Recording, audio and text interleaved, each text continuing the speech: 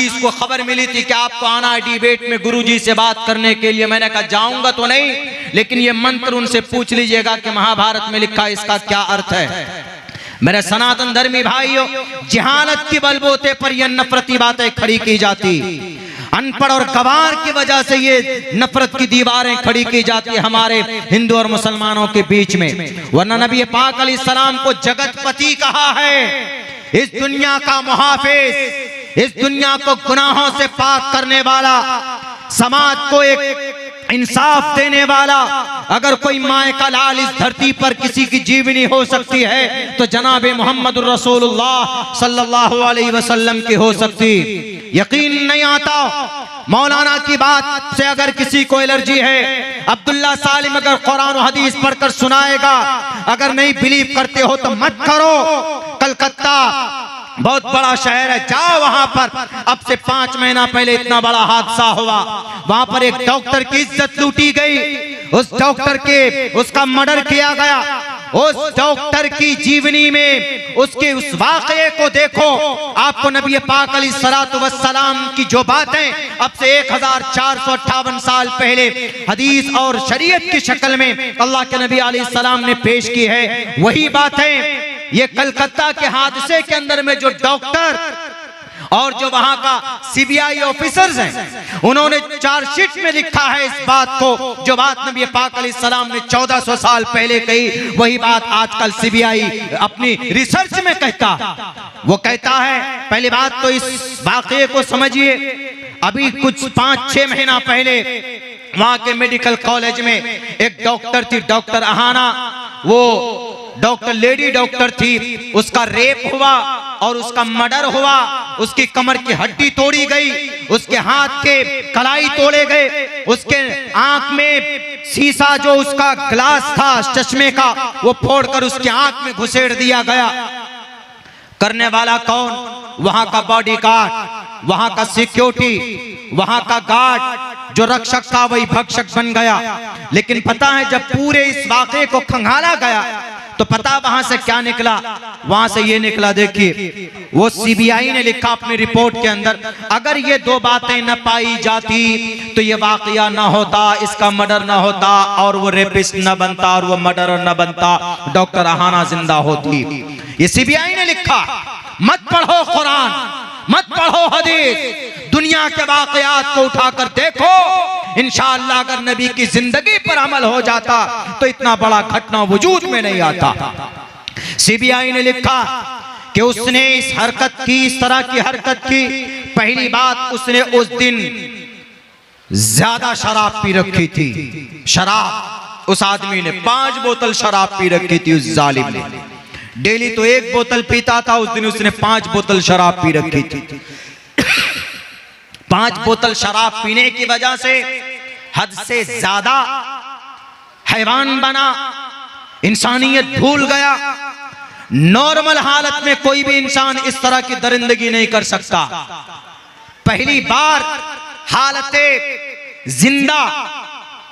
जिंदा होने की हालत में उसका बलात्कार हुआ, लेकिन दूसरी मर्तबा में मर चुकी थी वो।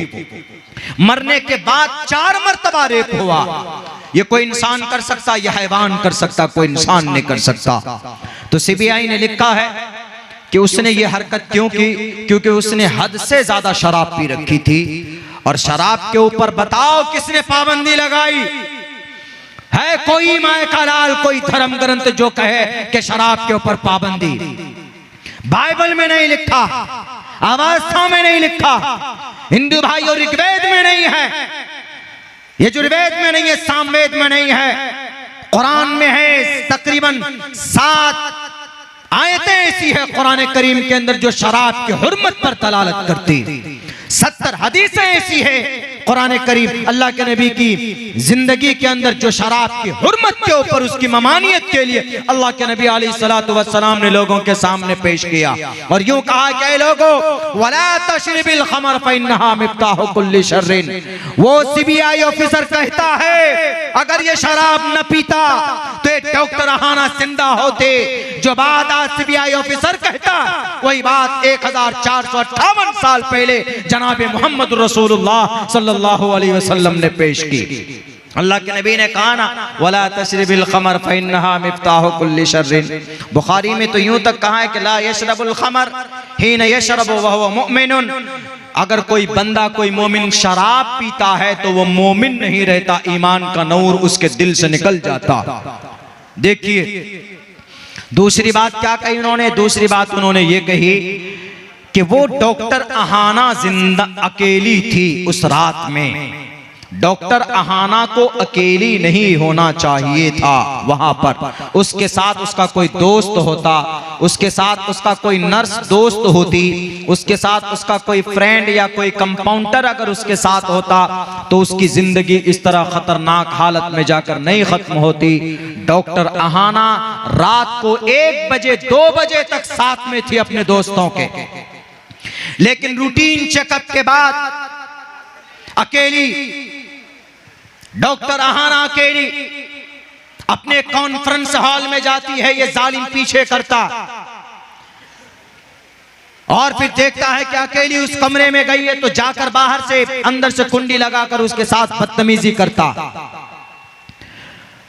अल्लाह के नबी ने क्या फरमाया, इसीलिए तो अल्लाह के नबी ने कहा है ना कि औरत को अकेले घर से बाहर नहीं निकलना चाहिए।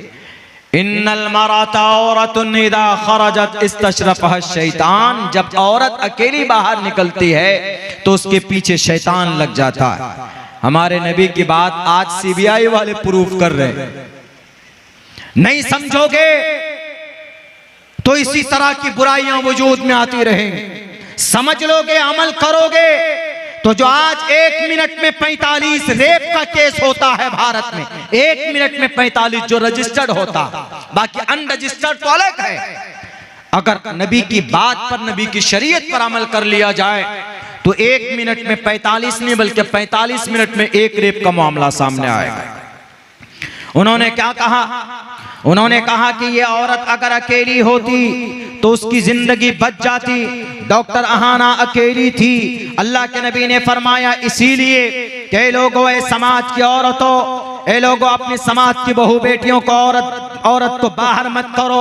वक़र्न फी बुयूतिकुन्न वला तबर्रजन तबर्रुजल जाहिलियतिल ऊला। शायद इसीलिए ये बात ऋग्वेद में भी है, अधे पश्यस्त मोपरी संतराम पाद कौहर माते कौशल पको।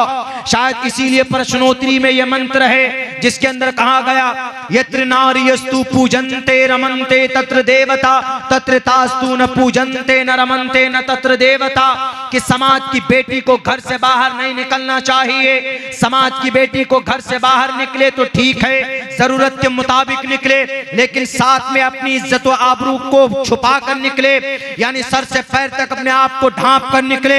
जो पर्दे के ऊपर चिल्लाते हैं, जो बुर्के के ऊपर चीखते हैं, जो खामखा जबरदस्त डिबेट करते हैं, आओ सुनो पर्दे का क्या फायदा है। अगर डॉक्टर अहाना के बाल खुले नहीं होते, डॉक्टर अहाना अगर अकेली ना होती तो आज डॉक्टर अहाना भी जिंदा होती, वो मर्डरर भी आज मुजरिम ना होता। समाज की एक डॉक्टर जिंदा होती और समाज का एक गार्ड मर्डरर न बनता। यह है हमारे नबी पाक अलैहिस्सलातु वस्सलाम की शरीयत पर अमल करने का फायदा। इसीलिए कहा गया है कि मोहम्मद रसूलुल्लाह ऐसे नहीं थे, जगतपति इस दुनिया की हिफाजत और रक्षा करने के लिए अगर इस कायनात के अंदर कोई रहबर और रहनुमा मौजूद है तो वह जनाब मोहम्मद रसूलुल्लाह सल्लल्लाहु अलैहि वसल्लम की ज़ात अक़दस। उसकी एक मामले को लेकर क्या रे 9 साल की उम्र में बीवी बनाकर लेकर आए, क्यों इतनी शादियां कर ली, क्या जरूरत थी। अरे शादी जिना से बचने का सबसे आसान रास्ता यही है ना, शादी। अल्लाह के नबी की हदीस है मन इस्तता मिन या माशर शबाब, ये है वर्ड या माशर शबाब। ए जमातो, नौजवानों की जमातो, ए नौजवानों, या माशर शबाब मन इस्तता मिनकुमुल बाअत फल्यतज़व्वज। शादी कर लो, तुम्हारे पास बीवी को रखने के लिए बैंक बैलेंस भी हो, घर भी हो, नान नफका भी दे सकते हो। मन इस्ताता, हाँ खपाची लेकर नहीं, पल्सर लेकर नहीं। मन इस्ताता मिनकुमुल बा या माशर शबाब, अल्लाह के नबी फरमाते या माशर शबाब मन इस्ताता मिनकुमुल बा फल्यतज़व्वज, तो शादी करो। इस शादी से क्या होगा, फ़इन्नहु अग़ज़्ज़ु लिलबसर, आंखों की हिफाजत, निगाह की हिफाजत, वअहसनु लिलफ़रज, शर्मगाह की हिफाजत। आप जिना नहीं करो। हाँ, अगर कोई आदमी नहीं कर सकता, उसके पास पैसा नहीं है, घर नहीं है, बैंक बैलेंस नहीं है, या लेकिन शहवत तो है, उस पर कैसे कंट्रोल करेगा? शहवत बढ़ाने की ताकत तो है, टैबलेट तो है, लेकिन शहवत घटाने की कोई टैबलेट नहीं। किसी भी डॉक्टर से पूछ लीजिए पूर्णिया में जाके, लाइन बाजार में, कि शहवत, और खुले लफ्जों में बोलूं सेक्स, जिनसी ख्वाहिशात, कुव्वते शहवानी, ये जो शहवत है ये कुदरत के तरफ से है, हमारे और आपकी नहीं। किसी में कम, किसी में बेशी, किसी में ज्यादा। अगर किसी आदमी में कम है तो इसको बढ़ाने के लिए डॉक्टरों ने दवाइयां बनाई, टैबलेट वगैरह और भी बहुत पता नहीं क्या क्या। लेकिन अगर किसी के पास नहीं है, या किसी के पास है, कुव्वत है बहुत, लेकिन घटाने के लिए कोई टॉनिक है, कोई टॉनिक नहीं। हमारे नबी ने घटाने की टॉनिक बताई। आज तक किसी डॉक्टर ने जिस दवाई की खोज नहीं की है, हमारे नबी ने 1450 साल पहले उस दवाई का नाम बताया।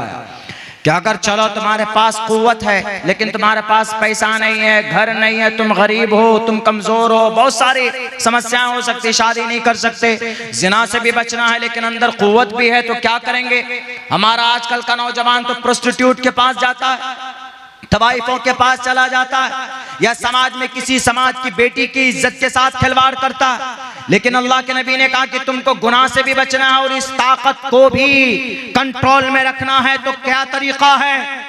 दुनिया वालों पूछो, दुनिया के डॉक्टर से, अमेरिकन डॉक्टर से, इजरायली डॉक्टर से पूछो, कोई नहीं बता पाएगा कि कम करने की कोई डॉक्टर या इंजेक्शन है, या कोई दवाई है, कोई मेडिसिन है। हमारे नबी ने बताया, आओ हम बताते हैं, दवाई है। मन इस्ताता व मन लम यस्तती फअलैहि बिस्सौम। अगर तुम्हारे अंदर ताकत नहीं है कि तुम शादी नहीं कर सकते, तुम्हारे पास घर नहीं है, बीवी के लिए नान नफ्ते का प्रोवाइड नहीं कर सकते, इंतजाम नहीं कर सकते, लेकिन इस कुव्वते शहवत को कम करने के लिए तुम्हारे लिए जरूरी है कि तुम रोजा रखो। रोजा रखने से आदमी का सेक्स और शहवत कम हो जाता है। अल्लाह के नबी अलैहि सलाम ने यहां तक बताया।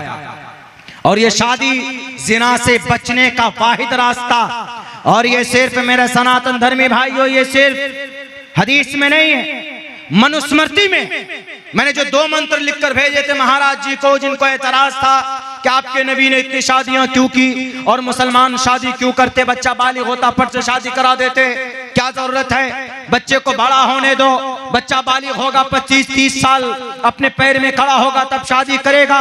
बच्चा नौकरी, हमारा जब जॉब होल्डर होगा, गवर्नमेंट टीचर बनेगा, तब जाकर वो शादी करेगा। इससे पहले क्या करेगा? वो नाजायज संबंध, लिव इन रिलेशन, 35 टुकड़े, 60 टुकड़े जिस्म के होंगे, जैसे मुंबई के अंदर, दिल्ली के अंदर और बेंगलोर के अंदर हुआ। अभी फिर 15 दिन पहले एक लड़की का बेंगलोर के अंदर होटल के अंदर मारकर उसकी लाश के साथ 3 दिन तक बैठा रहा होटल के रूम में। उस लड़की के साथ कौन था? बॉयफ्रेंड गर्लफ्रेंड था, कोई हस्बैंड वाइफ नहीं थे वो। इसीलिए शादी से पहले कोई भी रिश्ता ये समाज को खोखला करती, शादी से पहले कोई रिश्ता ये समाज को तरक्की नहीं, बे समाज के अंदर बेहयाई और उरियानियत पैदा करती। इसीलिए नबी ने फरमाया, या माशर शबाब, गर्लफ्रेंड नहीं चलेगा, बीवी चलेगी, बीवी। या माशर शबाब मन इस्तता मिनकुमुल बाअ फल्यतज़व्वज फइन्नहु अग़ज़्ज़ु लिलबसरि व अहसनु लिलफ़रज व मन लम यस्तति फ़अलैहि बिस्सौम फइन्नहु लहु विजाउन।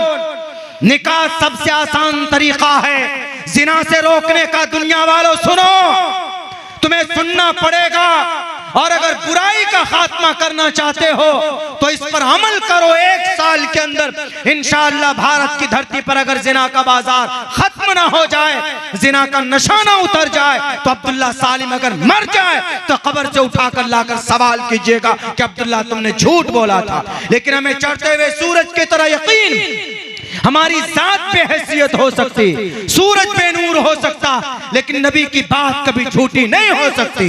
नबी पाक अलैहिस्सलाम का मिशन कभी भी झूठा नहीं हो सकता है। रब्बे जुल जलाल का मंशा कभी भी गलत नहीं हो सकता। मेरे भाइयों, यही बात मनुस्मृति में कही गई, यथा वायुं समाश्रिते सर्वजीवन्ते जन्तवः तथा ग्रस्तामा वर्तते इतारा शरामा। क्या कहा?